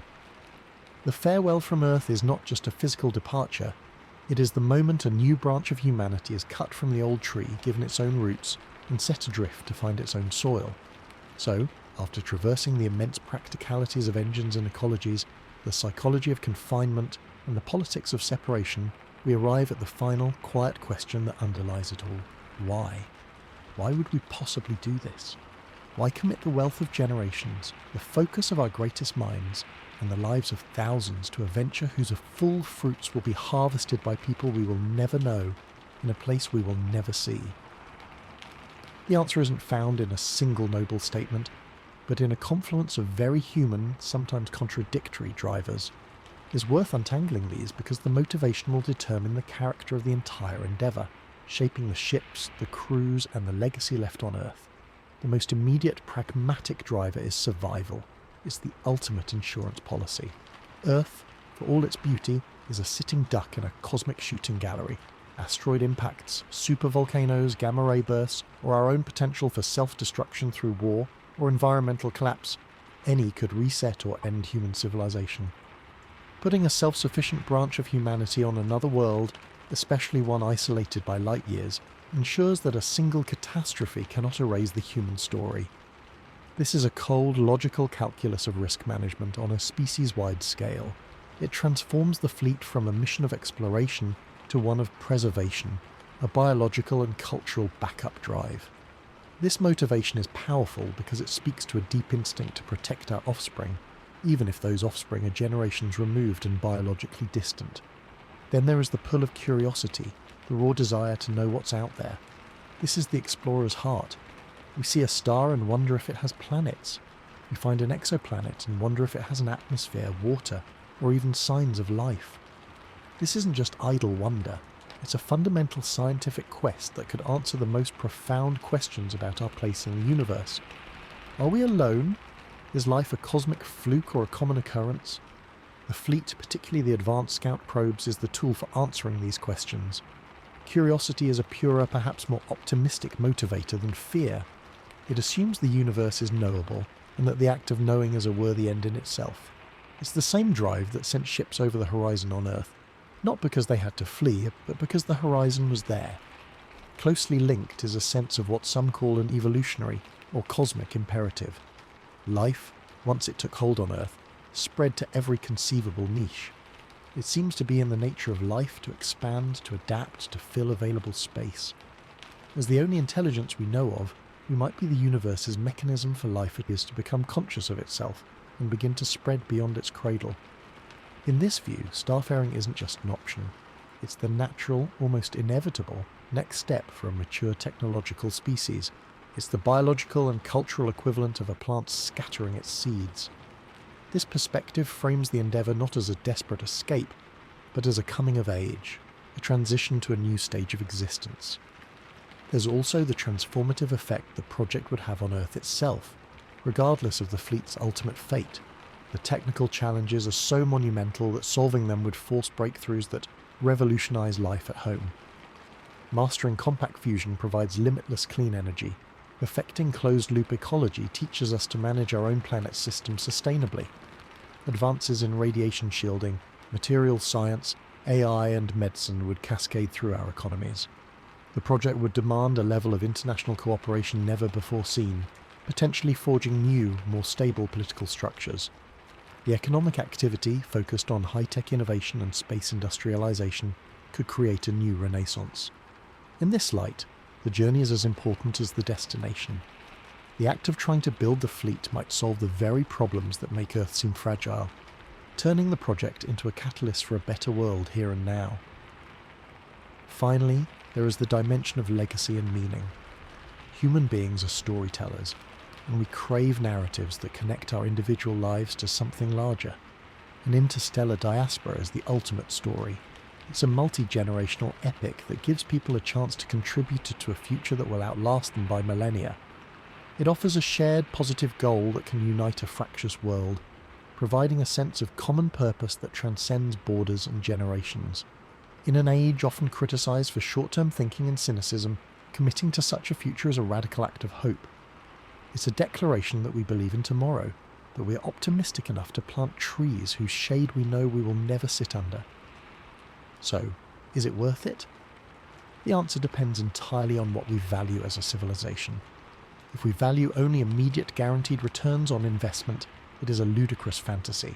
If we value the persistence of consciousness, the pursuit of knowledge, and the fulfillment of our potential, it becomes a necessary, even noble goal. The decision to build the fleet is a mirror. It reflects whether we are a species that can plan centuries ahead, that can cooperate globally, that can balance present needs with future dreams. The technical hurdles, while staggering, are problems of physics and engineering, and history suggests such problems can be solved with sustained effort. The true obstacles are human: our politics, our short-sighted economies, our tribal instincts. The fleet, therefore, is more than a collection of ships. It is a test of our maturity. Passing that test would mean not only gaining the stars, but also becoming the kind of civilization that deserves them. The legacy might not just be a new world around another sun, but a wiser, more unified Earth that learned how to work together to reach for it. That, in the end, might be the most compelling reason of all to begin.